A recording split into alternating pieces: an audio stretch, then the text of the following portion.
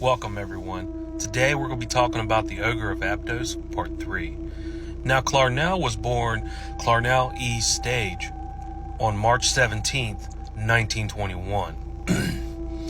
And her family would classify her as a very ambitious, hardworking person, but would often daydream of having a knight in shining armor to kind of come in and take care of her, and was very critical on the men that she would see.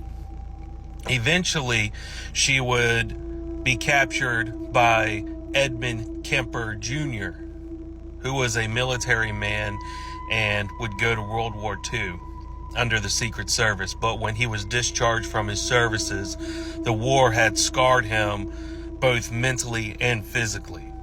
And this would begin her emasculating and demeaning and basically belittling him in any opportunity she had. And when Ed Kemper III had sat there and murdered his maternal grandparents, whom, might I add, he actually was very fond of. In fact, when authorities would sit there and ask him, why would you sit there and kill your grandparents if you're so fond of them? He would simply just say, I just wanted to know what it felt like. Now, while Ed Kemper was in the mental institution for the criminally insane, Clarnell had actually not only married twice, but 3 times. And all 3 husbands ended up leaving her because of the treatment that she would give these men. Now, while Ed was in the facility, not only did doctors see him as basically a very calm, polite individual, but they realized that all the years that Clarnell had sat there and basically insinuated that her son was stupid and basically worthless, they found out that he actually was not unintelligent at all. In fact, they had found out that his IQ varied anywhere between 138 to 143. He was borderline on genius level IQ. And because he was so good at manipulation, he had manipulated a lot of the doctors and therapists to thinking that he was perfectly okay.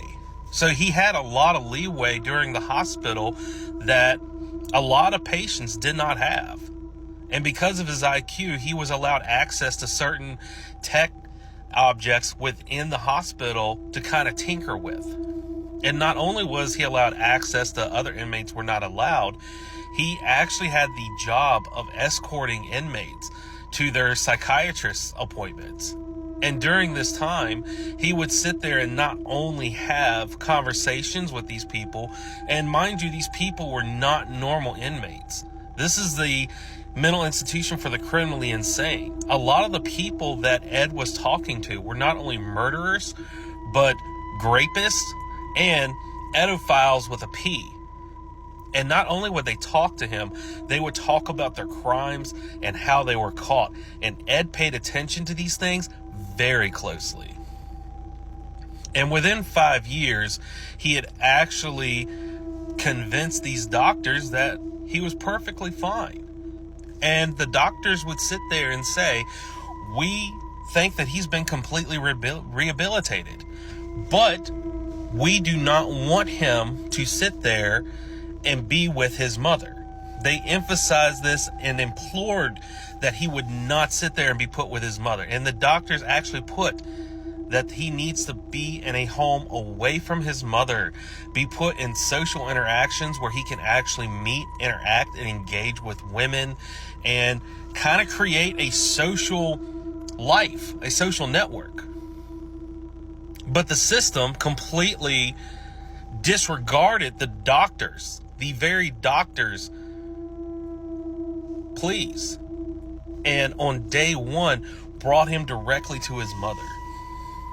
And it was just like it was with his grandparents. Whatever help that his father had done, whatever help the doctors had done, his mother would sit there and just destroy it in a matter of seconds.